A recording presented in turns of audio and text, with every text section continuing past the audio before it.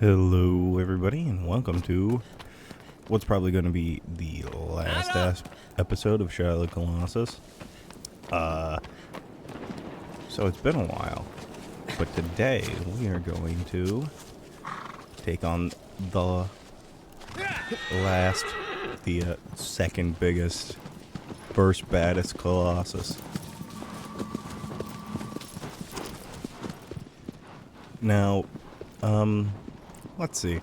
Well, one of the things that is that's been apparent throughout playing Shadow of the Colossus is that a lot of the Colossus get more and more stony the bigger they are.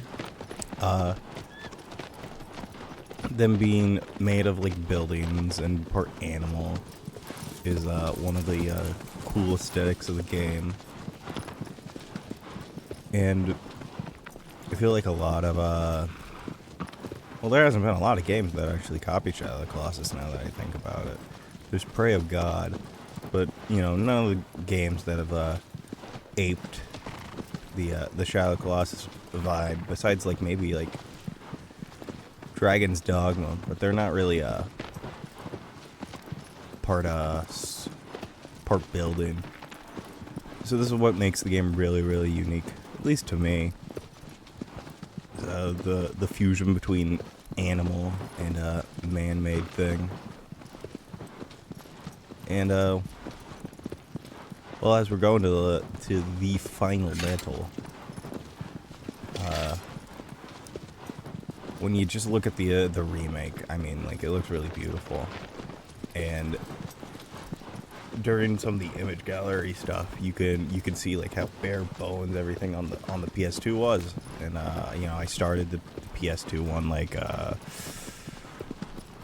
definitely not a year ago. It definitely hasn't been a year, but a while ago, a couple months ago.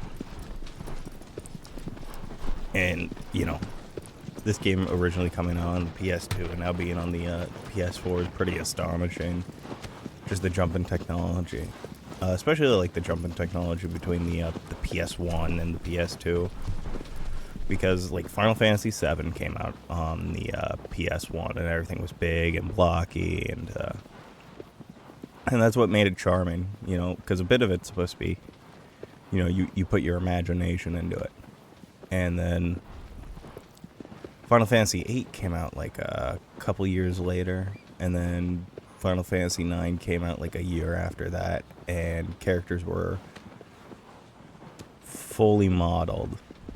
They weren't the big blocky kind of chibi style that Cloud and like Tifa and everybody was. So like, Questus and Squall like had full character models, and they were the same character models that you had in battle.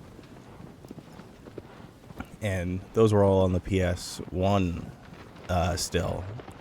So to jump to the hardware of the PS2, the PS2 is a very, very powerful console at the time, and it still is.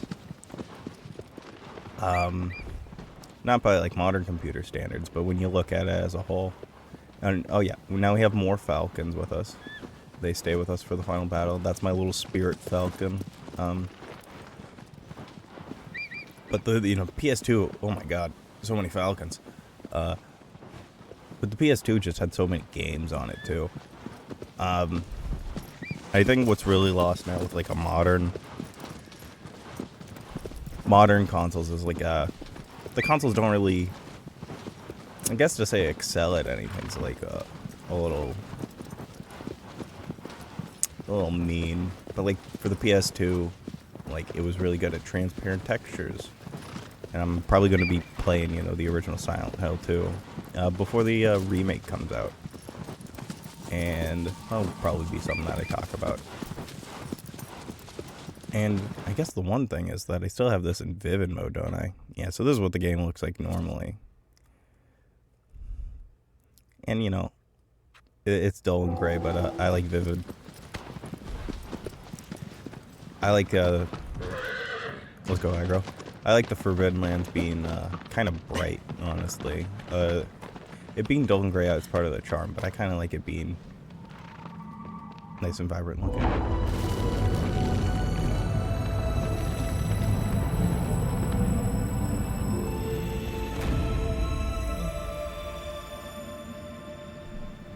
Now, one of the things I didn't do, I definitely didn't go to every shrine, and I definitely didn't find every silver-tailed gecko. But that stuff you get later, and I'll show off all the time attack stuff. I'll show off my time attack times too. I actually have I've probably said it before. I have a non-valid world record. I didn't record it, but you know, it says it there on my time thing. It's not big. It's like 20th place, but it was completely by accident, which is always really funny to me. That, you know, without any practice, I got like 20th place. Hi, Gecko-san. So that will be the last gecko in the last save station.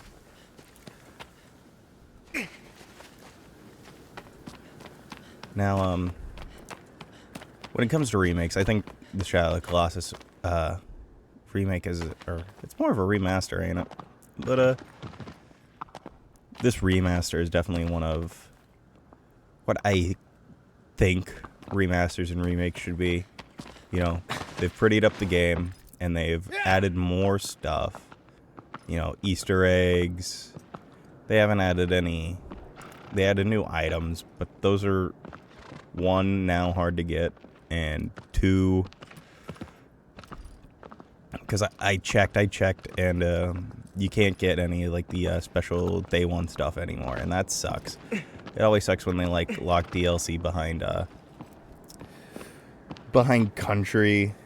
I had to do that to get the special edition and steelbook for, like, Xenoblade 1 Definitive Edition.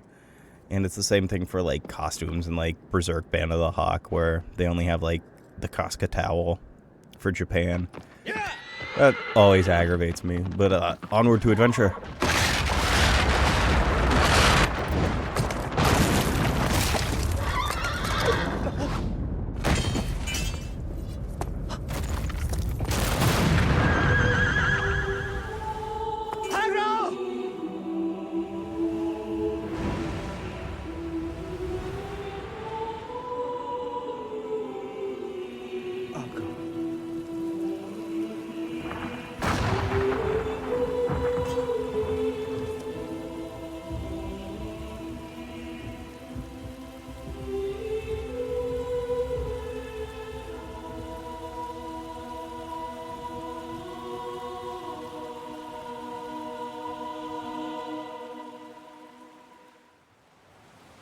Yeah, so, Aggro is dead. Now it makes the final battle a lot more personal now. You get attached to Aggro, despite her being, you know, a little shit sometimes and never, listening every now and then. But, you know, if you got invested in the game, that's the, I guess the best way to say it in, like, hero's journey terms is it's Wander's, you know, lowest point before the final battle. Like, that's as close as he gets. Because, you know, the girl he likes is already dead, so it's already kind of like, you know, a depressing mission. But, you know, Aggro was your best buddy. She was your pal. And, you know, you needed her for a good chunk of the Colossuses. So it always, it really sucks. And it's a good way to motivate the player for the final battle. No Wander, no. There we go.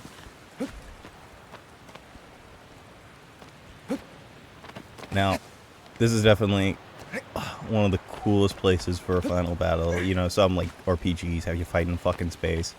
But just this giant circle completely sealed off. Because now, oh, well, you can't look at it on the map now because the clouds still block it. But, you know, this giant circle and this big fuck-off pillar colony. That's one of the things that really makes you like Shadow of the Colossus, because it doesn't leave... It leaves basically everything like that up to interpretation, so you just have to wonder what this was. Like, some of them you can piece together, like the Colosseum, where we fought the big gecko one. But all of this, and now it's Thundered. But all of this, it's like, what was this used for? Ancient rituals.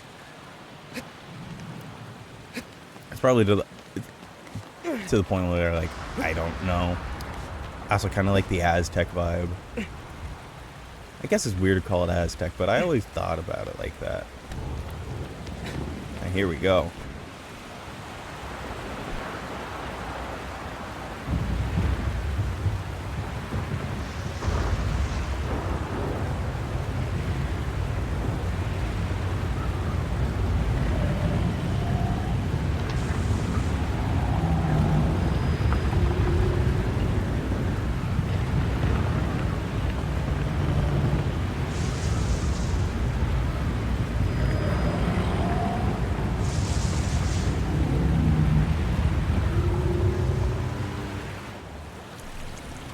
So here we go, Final Colossus.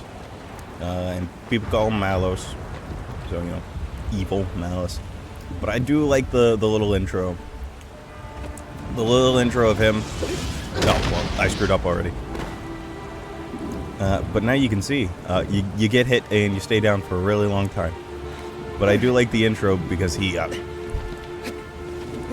circle. There we go. It looks like, it.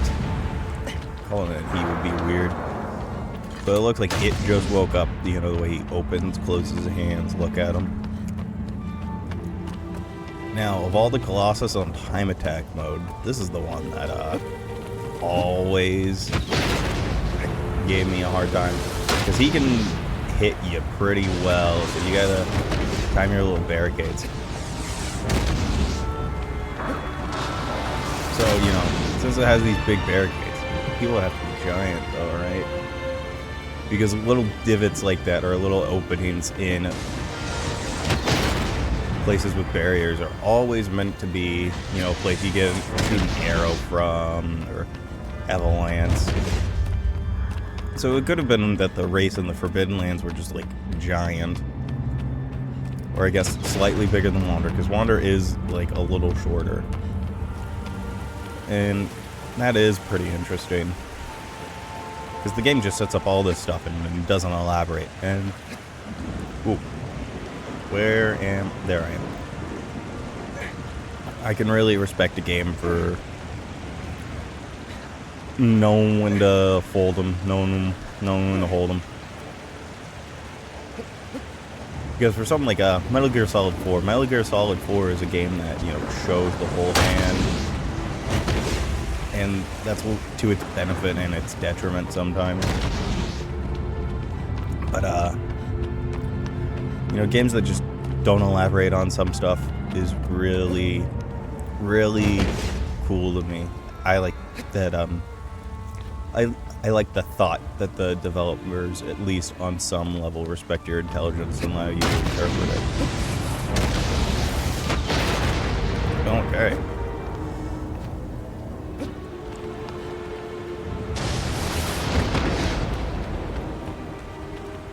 You see, now this one's a little bit bigger, so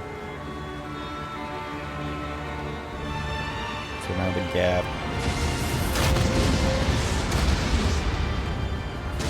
See, boom, baited him. I always like rolling into the hole because I like Wander face planting in there.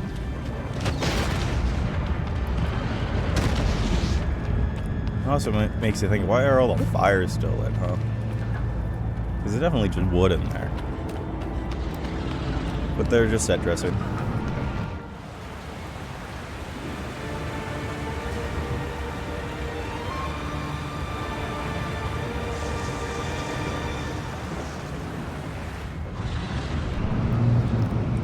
So, this is where the real fight starts. And actually, one of the things I've always thought was cool is just the parts of his body that you can't climb on. The stuff that's not fur. You know, when I was a bit younger, watching somebody play Shadow of the Colossus for the... Whoa, okay. I've never had that happen. Getting blown back. But when I was younger and watched somebody play Shadow of the Colossus for the first time, it was probably... Yeah, I was Jacksepticeye. First time I watched somebody ever play Shadow of the Colossus. On the old PS2 graphics, it always made me think that this Colossus' skin was made of like not like literal stars, but it always gave the impressions of like galaxies. And I love it. It's like I I like the contrast because you have all this stuff, which is like gothic, very beautiful in its own way. But then you have like the contrast with the big sparkly flesh that it has. Come on, there we go. So it makes you think of like you're scaling something that's very old and ancient, yet so totally advanced. It's like it's probably like in like probably what kids thought when they played Final Fantasy 1 and they fought the big robot monster. You're like, oh, you're fighting like goblins and ghosts and stuff, and then you fight the robot and you just go, oh my god, there's robots. Now,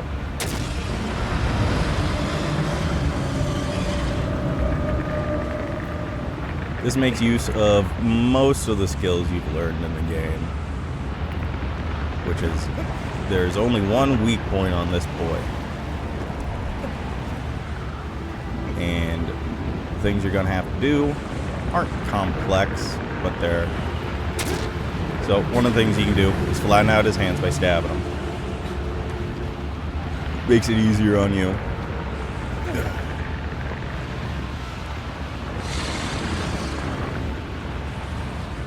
Now you can... I'm thinking about the little holes in those gates could have just been for you to shine the ancient sword's light on them to see where his little stabby points are. But you know that's no good now. So now you gotta flatten out his hand, whip out your bow. This might actually be the first time that the game requires you to use the bow to hit one of the Colossus's weak points. Which is probably a way to make time attack easier, because now you know that the 15th Colossus, you can hit his sword out with that. Now this is it. And once you get up here, it is definitely the easiest. Yeah, it's definitely the easiest fight in the game, honestly. It's more set dressing, you know, show off. Like, yeah, you scaled a building to kick his ass. Now, he does shake, and he shakes a lot. But it's not that hard. Now, one of the most interesting things is very obvious. It's the most human-looking Colossi. And well, I screwed up. I'm gonna get flung around a little. It's one of the most human looking Colossi, so that makes it stand out. Because you had what? You had one bird, one sky serpent, a horse, 3 minotaurs, an eel.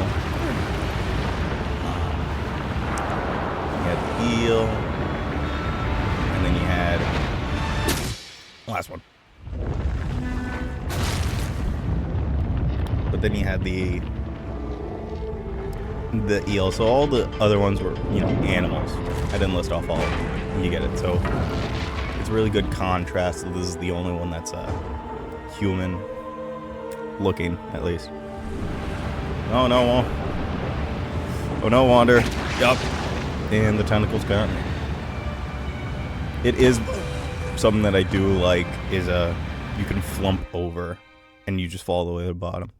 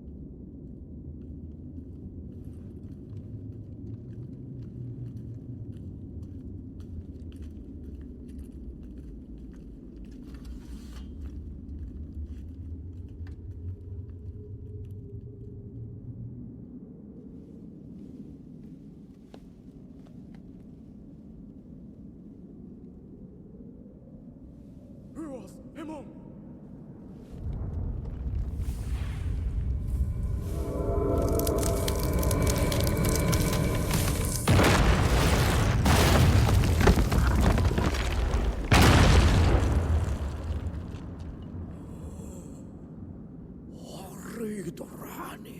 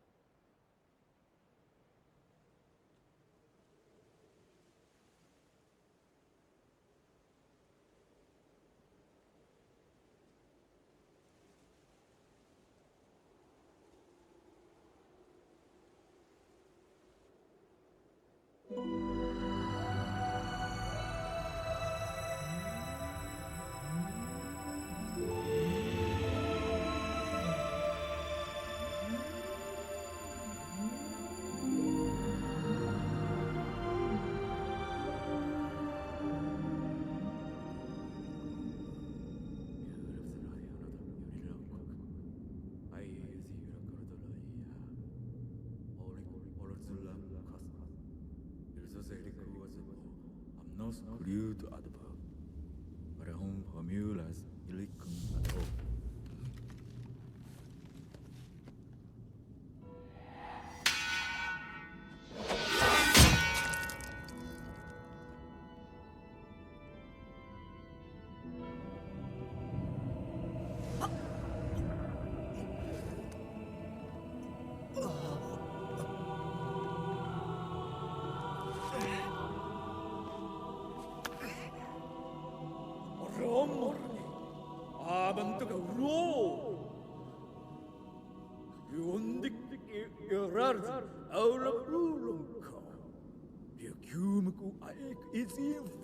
Irom de cake luto.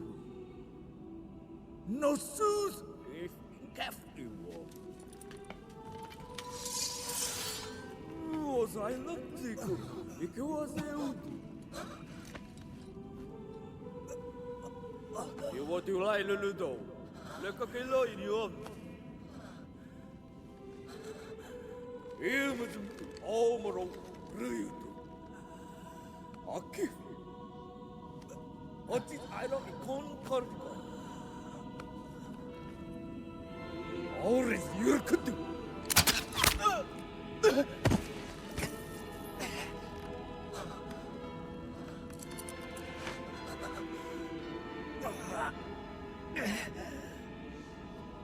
유이 키우고 유이 이루에서 노 가다 유도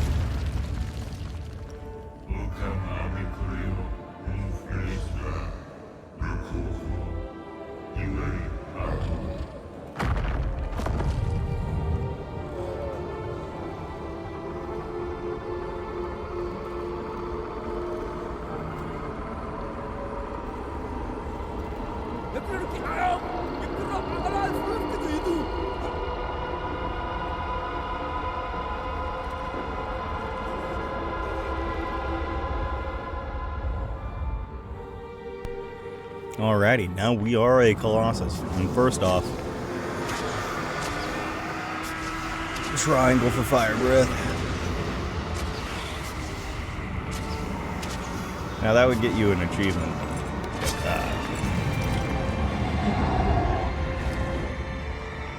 It really doesn't matter what you do or how hard you try. You can't really do anything. And you being big and bulky and slow is kind of the point.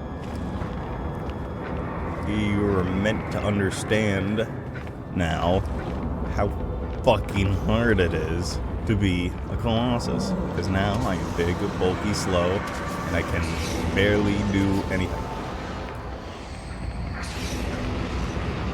Now, on Dorman as a Colossus, I like how furry he is. He might be a big shadow boy, but you can obviously see he's on some level still kind of like a creature. That's always cool. And you can tell, you can differentiate the parts of his body, because his horns don't have that, like, fur texture. Oh, yeah. Wow.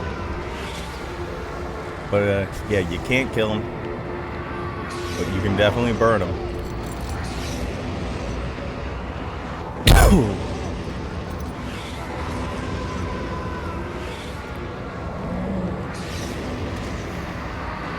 And, yeah, the controls aren't that good. It's in complete contrast to how snappy Wander is.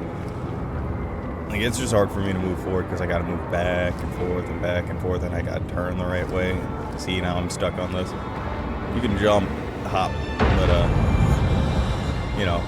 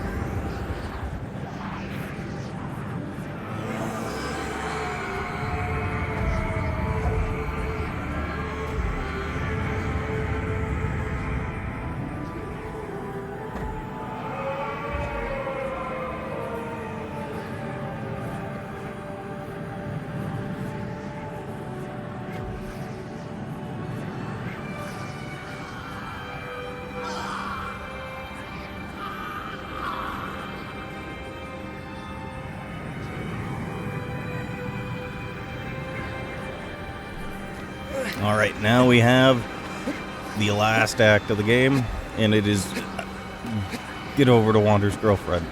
Now, no matter what you do, you can't beat this, and you'll get sucked in at random intervals.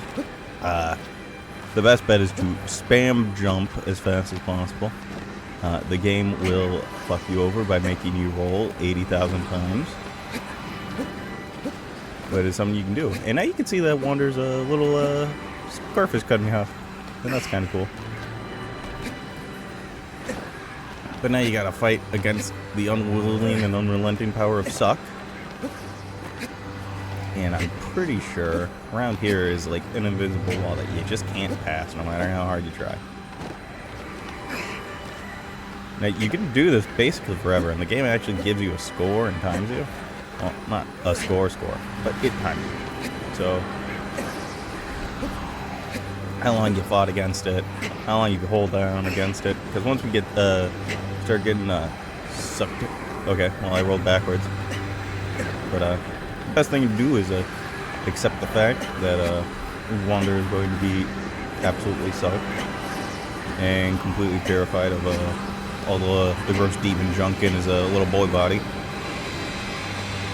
But you can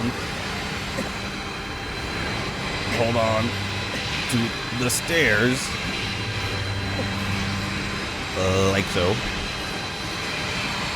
You can even hold on to this once it starts sucking you in. But nope.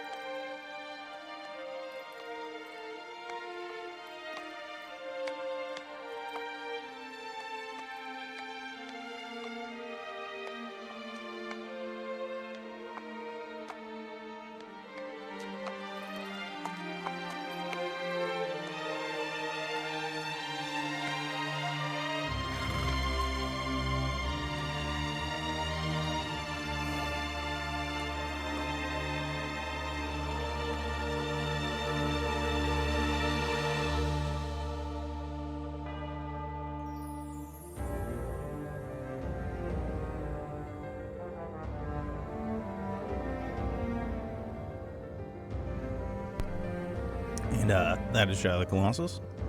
And I do really like the little memorial. I really like little memorials in video games. It's something that's really, it's weird to say heart-touching since I don't know them. But I've always find them really nice. Like Doom has them. Doom 2016 had one. And it's not it wasn't a memorial until last April, but there was one in a Chrono Trigger for Akira Toriyama, and it's dedicated to his kids. And there's some in like Sea of Stars has them for all the people who backed it. Some of them are some of the little celebratory statues that have a quote from them are dedicated to their families and stuff like that. And that's one of the things I've grown to really appreciate in a lot of video games and media. I always think those are really, really heartwarming. And now we have the ending. Dorman kept his promise. Mono's alive, and he used Wander's body for like a couple minutes at most, not even an hour. And the fact that Dorman does keep their promise is something that I always found interesting at the end of the game. Because if it was, it was for nothing, I feel like people would have way more of a bad reception of it. If everything was just, nothing mattered, Wander screwed up. He did, revive Mono, and Agro's still alive. They're just kind of, stuck in the Forbidden Lands. And if, this probably only took Wander like a couple days, maybe, because if we just assume like Mono's like a normal human, rigor mortis didn't set in, so it's like a decent little journey. And after he defeated a Colossus, he was probably up for like maybe an hour, so it probably took him like a couple days. Then again, rigor mortis does set in after a couple days, so it's like maybe they just decay slower. But this is Shadow of the Colossus, and I don't even consider myself a YouTuber. I'm not really good at making videos, but I hope you guys see how good this game was.